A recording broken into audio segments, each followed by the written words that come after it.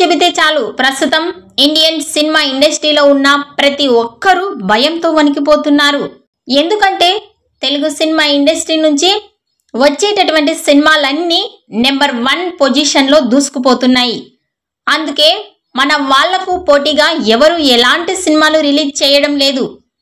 ఇక ముఖ్యంగా మన స్టార్స్ హీరోలైతే మంచి విజయాలను అందుకోవడానికి డిఫరెంట్ సినిమాలు చేస్తూ ముందుకు సాగుతూ ఉండడం విశేషం. రాజమౌళి మహేష్ బాబు కాంబినేషన్లో తెరకెక్కిస్తున్న సినిమా పాన్ వరల్డ్ నేపథ్యంలో తెరకెక్కుతోంది. మరి దానికోసమే ఈ సినిమా లొకేషన్స్ని తెరకెక్కిస్తున్నట్టుగా తెలుస్తోంది. రాజమౌళి చేస్తున్న సినిమాలలో ఆయన ఎలాంటి సక్సెస్ని సాధిస్తాడు, తద్వారా ఆయనకంటూ ఎలాంటి గుర్తింపుని సంపాదించుకోబోతున్నాడు అనేది కూడా తెలియాల్సి ఉంది.